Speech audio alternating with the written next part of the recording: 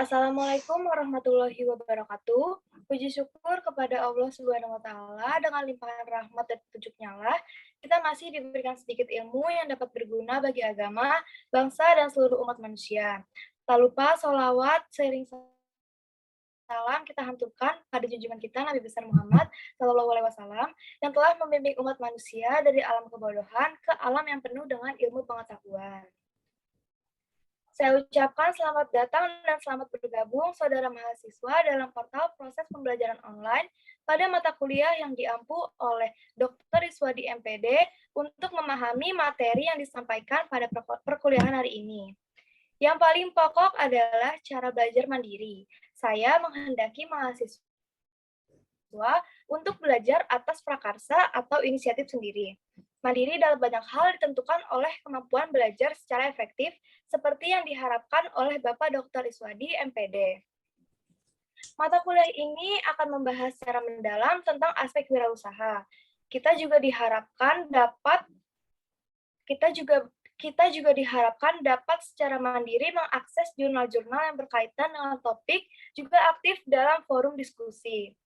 Diharapkan mata kuliah ini dapat menjadi salah satu ilmu yang dapat memperkaya pengetahuan dalam rangka menyelesaikan studinya masing-masing. Selanjutnya, kami juga berterima kasih kepada Bapak Dr. Iswadi MPD selaku dosen mata kuliah Kewirausahaan 1 yang telah memberikan tugas ini kepada kami. Apa kabar teman-teman? Jumpa lagi kedua kali dengan materi aspek wirausaha kali ini. Terima kasih kepada semua pihak yang telah membantu terhadap pembuatan channel YouTube. Semoga kita menjadi masyarakat yang berguna. Selamat belajar. Adapun anggota kelompok kami yang terdiri dari Balkisa Zahra Rasuli dengan NIM 2021 1101 039, Dion Lee dengan NIM 2021 1002 084, Restu Fauzia Hambali dengan NIM 2021 1102 012, dan terakhir Sunita Putri Utami dengan NIM 2021 1101 040. Pembahasan yang akan kita bahas ada empat pokok materi. Yang pertama, aspek pokok wirausaha. Yang kedua, pemahaman bisnis. Yang ketiga, identifikasi personal. Dan yang keempat, proses pengembangan produk baru. Yang pertama, aspek pokok wirausaha. Next. Aspek pokok wirausaha dibagi menjadi 5. Yang pertama, menciptakan produk baru dan berbeda, atau biasa kita sebut dengan berinovasi. Inovasi ini dipandang sebagai kemajuan perusahaan yang dapat membawa selangkah lebih maju dibandingkan pesaing. Karena apabila kita sudah memiliki suatu kelebihan, maka hal tersebut akan menjadi nilai tambah bagi konsumen. Yang kedua, kemampuan mengamati pintu peluang. Sebelum membuka usaha, kita harus tahu nih apakah usaha ini cocok untuk daerah yang ingin kita ambil. Contohnya kayak kita pengen buka usaha fotokopi depan sekolah. Usaha tersebut tentu akan maju ya, karena kan siswa zaman sekarang pasti membutuhkan print atau fotokopi atau sekedar untuk beli alat tulis. Nah, nggak sedikit juga nih wirausahawan yang sukses bukan dari idenya sendiri, tapi berdasarkan hasil penerapan ide yang sudah ada. Nah, gimana sih caranya biar ide tersebut bisa dijadikan peluang usaha? Nah, wirausahaan tersebut harus mencari dan mengidentifikasi sumber peluang bisnis tersebut. Pasarnya ini ada di mana? Yang ketiga, ada analisis produk. Mengetahui jumlah permintaan terhadap barang atau jasa yang dihasilkan. Lalu berapa biaya yang diperlukan untuk membuat produk tersebut? Apakah biaya yang dikeluarkan oleh kita itu lebih unggul dibandingkan biaya yang dikeluarkan oleh pesaing? Jangan sampai kita membuat produk yang lebih mahal dibandingkan apa yang sudah dikeluarkan oleh pesaing. Yang keempat, ada memperhitungkan resiko yang mungkin terjadi. Resiko yang dimaksud adalah resiko teknik, finansial, dan resiko pesaing. Resiko pesaing adalah kemampuan dan kesediaan pesaing untuk mempertahankan posisinya di pasar. Resiko teknik adalah berhubungan dengan proses pengembangan produk yang cocok dengan yang diharapkan. Sedangkan resiko finansial merupakan resiko yang muncul sebagai akibat ketidakcukupan finansial, baik dalam fase pengembangan produk baru atau dalam menciptakan dan mempertahankan perusahaan dalam memberikan dukungan biaya produk. Yang kelima, membutuhkan waktu dan usaha. Ya, karena semuanya nggak ada yang instan ya teman-teman, begitupun dengan wirausaha. Jadi kita diharapkan sabar untuk mendapatkan hasil yang maksimal. Juga harus berusaha dengan sekuat yang kita bisa.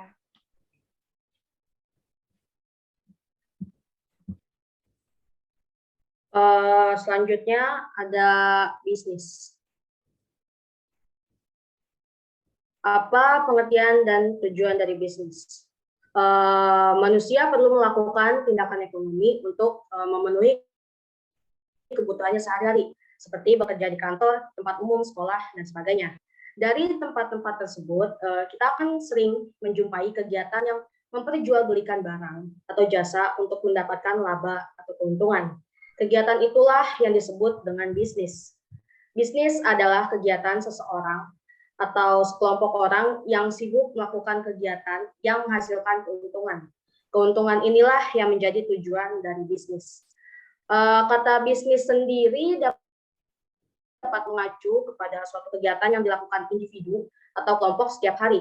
Tetapi hal tersebut dibatasi oleh hasil yang didapatkan yang mungkin saja tidak bisa dikatakan mendapat keuntungan berupa uang. Selain untuk mendapat keuntungan berupa uang atau keuntungan laba tersebut, bisnis juga dapat menghasilkan manfaat bagi pemilik maupun orang lain. Next.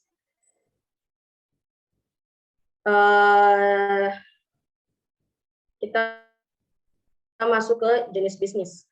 Dengan banyaknya sektor kehidupan yang dapat dijadikan sebagai lahan bisnis, jenis-jenis bisnis juga semakin beragam. Makanan, minuman, produk garmen, elektronik, pertambangan, kosmetik, bahkan bisnis aplikasi online sekalipun bisa dijadikan tempat untuk berbisnis.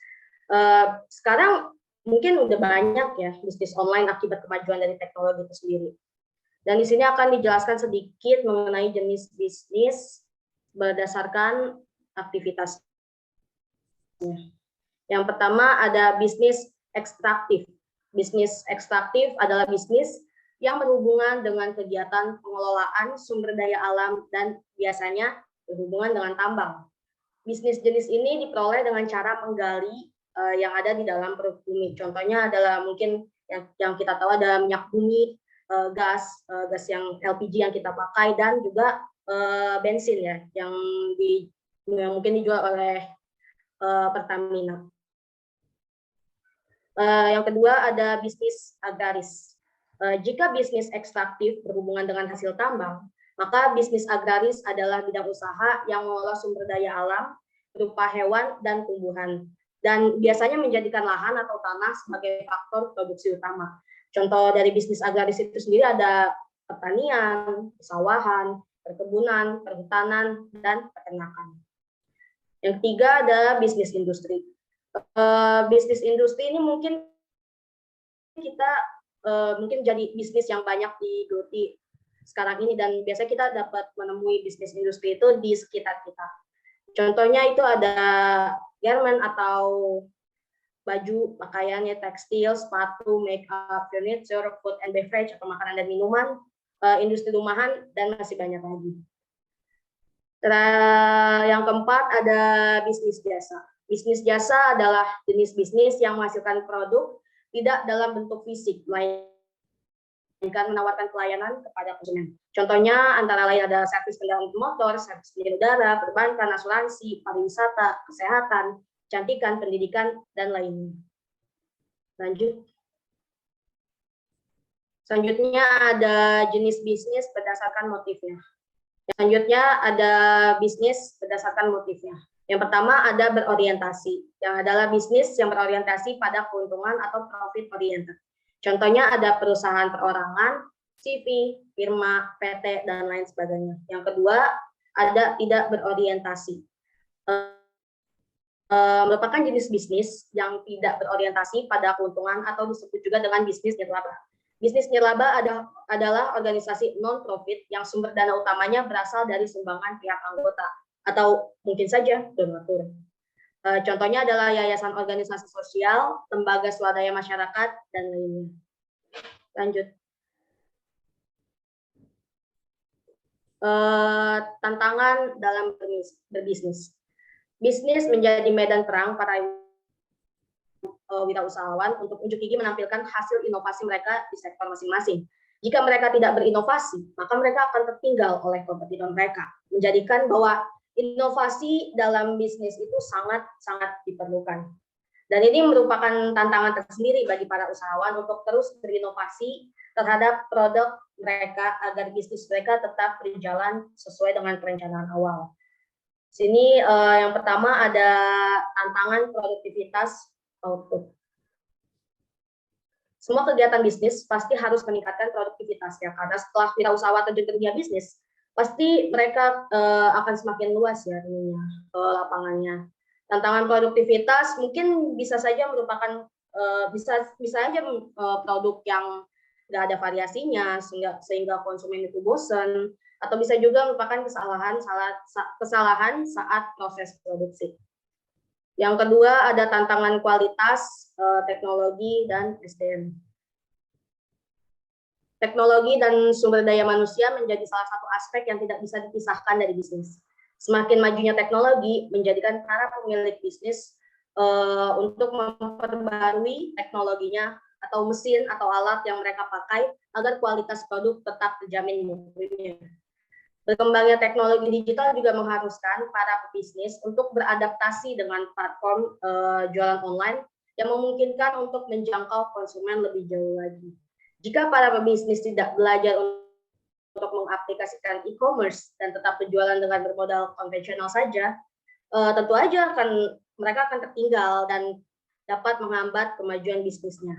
Para pekerja sebagai sumber daya manusia yang menjalankan proses produksi harus diberikan bekal berupa pelatihan tentang seluk-beluk perusahaan dan tata cara produksi secara menyeluruh.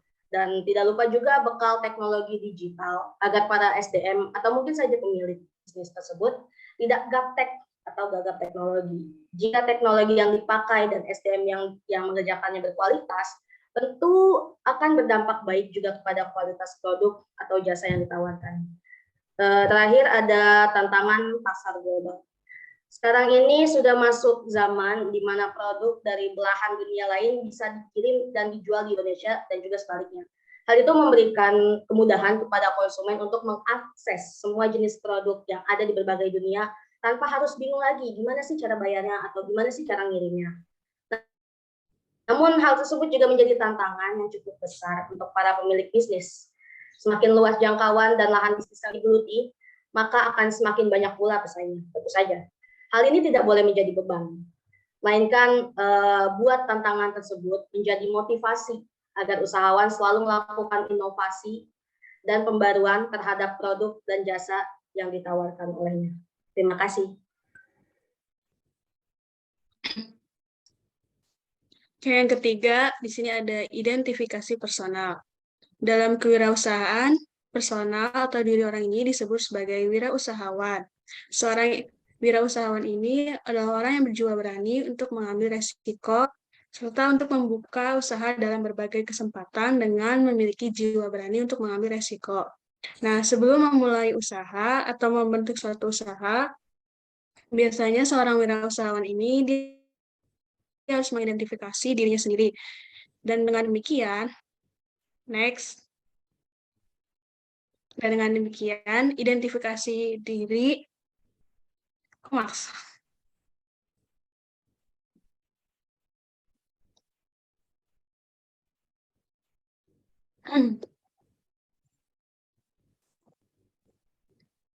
Dengan demikian, maka identifikasi diri dapat dipahami sebagai usaha pengenalan seseorang terhadap dirinya sendiri dengan melakukan upaya pemahaman tentang apa saja yang menjadi kelebihan dan kelemahannya. So, jadi identifikasi diri ini definisinya sebagai belum. Jadi, identifikasi personal ini dapat dipahami sebagai usaha pengenalan diri seseorang terhadap dirinya sendiri dengan melakukan upaya pemahaman tentang apa saja yang menjadi kelebihan dan kelemahannya dalam kewirausahaan. Identifikasi diri dibutuhkan oleh seorang wirausahawan agar dapat menghadapi segala tantangan dan tuntutan dalam berwirausaha dengan apa saja yang dimilikinya. Jadi, identifikasi diri ini dapat dikaitkan dengan karakteristik kewirausahaan. Menjadi seorang wirausahawan ternyata dapat membantu dalam pembentukan sumber daya manusia yang berkualitas serta bertujuan untuk meningkatkan produktivitas agar peran SDM ini dalam suatu negara bisa mendorong pemerintahnya tidak hanya mengarahkan masyarakatnya tidak menjadi tenaga kerja saja, tetapi bisa menjadi penyedia lapangan pekerjaan. Maka dari itu, untuk menjadi seorang wirausahawan, tentu tidaklah mudah. Jadi ada 6 hal yang terpenting atau karakteristik untuk mewujudkan potensi dalam dirinya menjadi seorang wirausahawan. Lanjut, Dion. Nah, hal penting dalam identifikasi personal ini ada 6. Yang pertama, mengambil resiko. Yang diidentifikasikan dalam mengambil resiko ini yaitu seorang wirausahawan harus berani mengambil resiko dan memiliki mental yang mandiri atau mental yang kuat, serta berani memulai usaha tanpa diliputi rasa cemas ataupun rasa takut sekalipun berhadapan dengan kondisi yang tidak pasti. Yang kedua, percaya diri.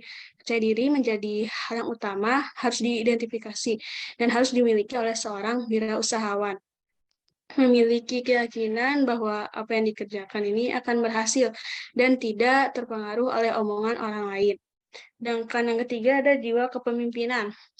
Memiliki jiwa kepemimpinan artinya dia mampu bersikap sebagai leader atau pemimpin, bukan menjadi seorang bos yang biasanya suka semena-mena saja. Kemudian pemimpin yang baik ini dia harus memiliki kecakapan untuk berkomunikasi yang baik dan juga memiliki jiwa kepemimpinan yang jujur, tegas, dapat dipercaya, dan disiplin. Kenapa jadi wirausahawan ini harus jujur ya? Karena ini menjadi nilai yang lebih baik yang biasanya tidak dimiliki oleh banyak orang. Dan yang keempat, wirausahawan harus bertanggung jawab. Seorang wirausahawan ini kenapa dia harus bertanggung jawab? Karena apa yang dikerjakan ini biasanya akan membuat orang lain atau relasinya itu meyakini bahwa dia itu seorang wirausahawan ini dia akan menjadi wirausahawan yang nantinya akan sukses ke depannya. Kemudian yang kelima ada keorisinalitas. Jadi seorang wirausahawan ini harus memiliki pemikiran yang secara inovatif dan kreatif, di mana biasanya para wirausahawan ini dia memiliki kemampuan untuk melihat peluang usaha yang ada. Misalnya dia melihat nih di sekitar kondisi lingkungan tempat tinggalnya ada peluang usaha. Nah, kemudian dia harus berpikir bisnis apa yang dapat dibuat di lingkungan tersebut. Nah, disinilah biasanya seorang wirausahawan mampu berpikir kreatif dan inovatif dari semua peluang yang dilihat. Keenam, dia harus berorientasi ke masa depan. Biasanya seorang wirausahawan ini dia harus memiliki pandangan yang maju sehingga bisnis atau usahanya ini dia bisa dapat berkembang terus ke depannya. Dan dia seorang wirausahawan juga harus siap apabila sewaktu-waktu nanti bisnisnya gitu mengalami penurunan. Meskipun bisnisnya turun, tetapi harus memiliki jiwa tetap bertahan dalam menghadapi badai di bisnisnya. Demikianlah beberapa hal penting yang harus dimiliki dan perlu diidentifikasi oleh seorang wirausahawan. Jadi jangan khawatir, sifat ini biasanya dapat dibentuk dari keahlian yang biasanya sering dijalani, dan dengan berjalan seiringnya waktu akan semakin kelihatan bahwa jiwa dari seorang wirausahawan ini. Dan untuk dapat mewujudkan 6 karakteristik tersebut yang perlu diidentifikasi, maka seharusnya didasari oleh niat yang tulus dan memiliki jiwa yang tidak pantang menyerah.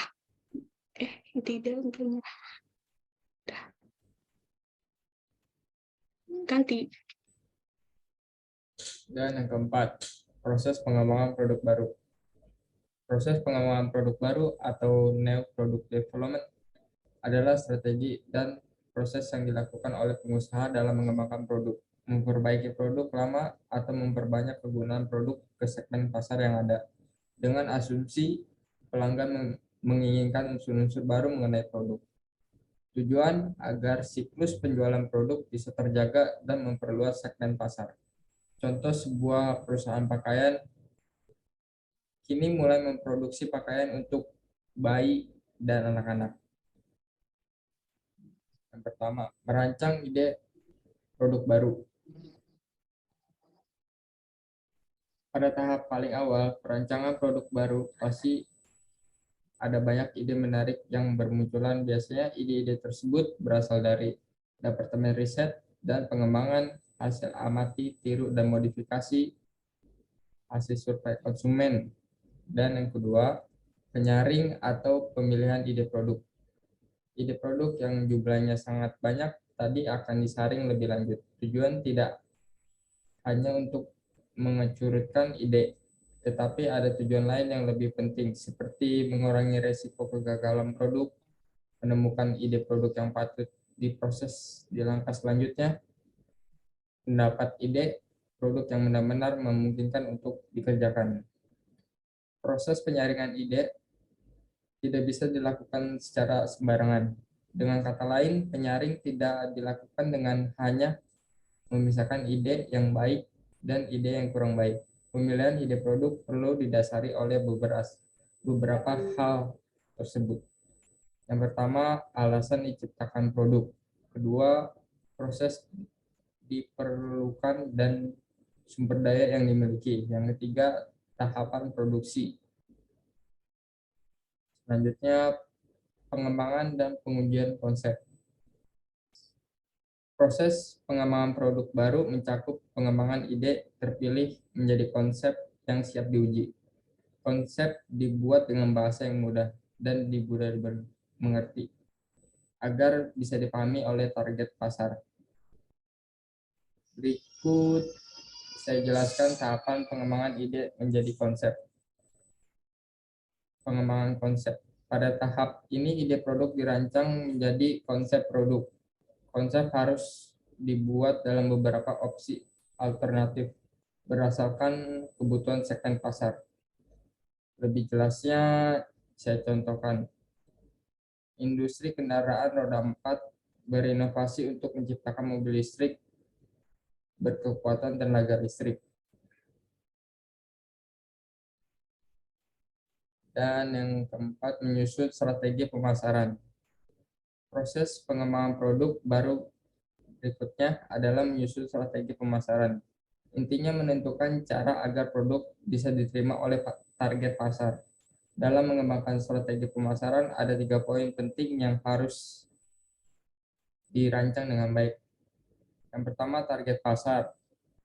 Yang kedua, strategi bauran pemasaran. Dan yang ketiga, biaya yang dibutuhkan pemasaran. Selanjutnya yang kelima, melakukan analisis bisnis. Di tahap ini produk yang sebelumnya sudah ditetapkan dilakukan analisis terkait tingkat ketertarikan target pasar terhadap produk. Selain itu juga dilakukan analisis anggaran dan profil produk serta proyeksi penjualan. Yang keenam, mengembangkan dan menyempurnakan produk. Umumnya produk yang direncanakan belum berupa produk yang sebenarnya akan dipasarkan, tetapi baru dalam produk konsep visual maupun deskripsi, seperti prototipe, video animasi, gambar, dan teks deskriptif. Dan yang yang ketujuh, uji pemasaran atau skala kecil. Dalam proses pengembangan produk baru, produk yang sudah jadi secara keseluruhan tidak bisa langsung dikomersialin. Pertama, produk perlu dilakukan uji pemasaran di pasar aktual atau pasar yang sebenarnya dalam skala kecil. Dan yang terakhir, 8, memasarkan produk dalam skala besar. Setelah melakukan uji coba pemasaran skala kecil, perusahaan akan mendapatkan gambaran mengenai potensi kesuksesan produk di pasar.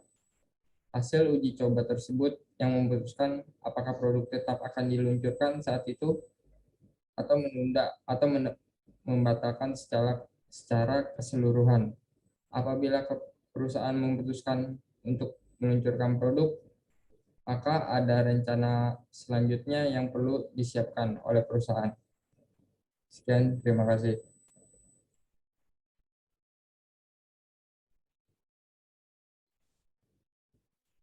Sekian presentasi kelompok dari kami.